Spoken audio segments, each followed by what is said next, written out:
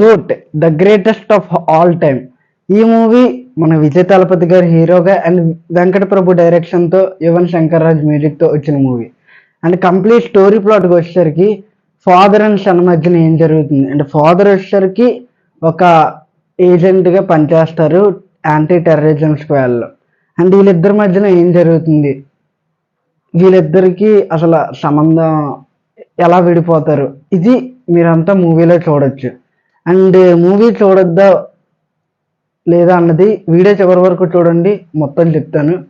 And story ఎంత ఉంటే ఇంత ఇంత సాగదీస్తారు, ఇంత సాగదీసి ఆ సాగదీసిన దాంట్లో అనవసరమైన ట్విస్టులు ఎందుకు పెట్టారో నాకు అర్థం కావట్లేదు. కొన్ని పెట్టారు, షూట్ అయ్యే ట్విస్టులు పెట్టరు, అనవసరమైనవి. అసలు ఒకటి హీరోకి తెలుసు అంట మరి క్లైమాక్స్లో, మరి క్లైమాక్స్ వరకు ఎందుకు చేస్తాడో నాకు అర్థం కాలేదు.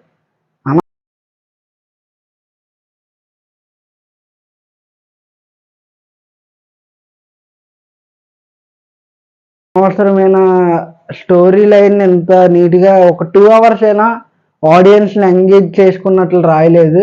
3 hours పెట్టేసి ఆడియన్స్కి బోర్ కొట్టేలా చేశారు. అండ్ ఇంకా చెప్పాలంటే మూవీ చూడాలో వద్దంటే నేనైతే చూడొద్దని చెప్తాను. టికెట్ అయితే అన్వర్తబుల్ మూవీకి. అండ్ కంప్లీట్గా ఈ మూవీకి అయితే 2.3 స్టార్ అయితే ఇస్తాను. అండ్ కంప్లీట్ మూవీ ఓటీటీకి వచ్చినా మీకు ఇంట్రెస్ట్ ఉంటేనే చూడండి.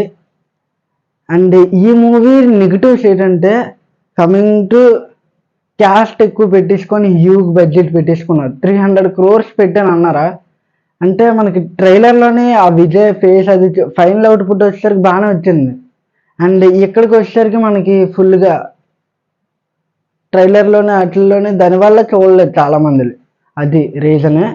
అండ్ ఇంకా మ్యూజిక్కే అన్హెల్దీగా ఉంటుంది.